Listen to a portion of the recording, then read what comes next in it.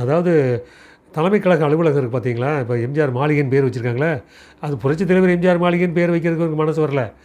அது எம்ஜிஆர் மாளிகைங்கிற பேர் வச்சுருக்காங்க. அதில் வந்து காலை மிதித்து அவர் வந்து உடைச்சாரு அப்படிங்கிறத ஒரு விஷயத்தை வந்து ஸ்ட்ராங்காக இபிஎஸ் சார்ந்தவர்கள் எல்லாருமே வந்து பிரச்சாரம் பண்ணியிருக்காங்க.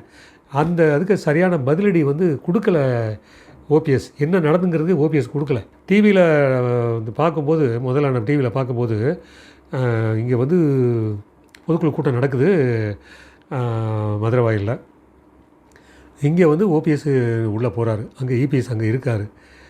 என்ன நடக்குன்னா, செங்கலை விட்டு வீசி எறிகிறாங்க. ஒரு டப்பாக்களில் வந்து செங்கலை குமிச்சு எடுத்துகிட்டு வந்து ஓபிஎஸ் சம்மந்தப்பட்ட எல்லார் மேலேயும் வந்து செங்கலை விட்டு வீசி வீசி எறிகிறாங்க. அதை வந்து டிவியில் பார்த்தேன். 1 மணி நேரத்தில் என்ன நடந்ததுன்னு தெரியலங்க. அப்படி பல்ட்டி அடிச்சிருச்சு அந்த தனியார் தொலைக்காட்சி.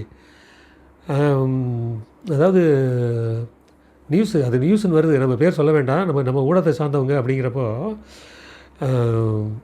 நியூஸ் தமிழ் சொல்ல வேண்டிய ஒரு இதில் இருக்கும். நம்ம அதில் பார்த்தோம். நான் கேட்டேன் அவங்ககிட்ட ஃபோன் பண்ணி, திருப்பி வந்தப்போ ஏங்க இந்த மாதிரி வந்து காணும், அது அந்த இது ரிப்பீட் ஆகலை. இல்லைங்க, அது யாரோ ஏதோ சொல்லி வந்து எடுத்துட்டோங்க அப்படின்னு சொல்லி காரணம் சொல்கிறாங்க. அப்போ என்ன நடந்திருக்குன்னு யோசிக்க வேண்டாமா? தவறுகள் பண்ணி அவங்க யோகிய மாதிரி ஆகிட்டாங்க.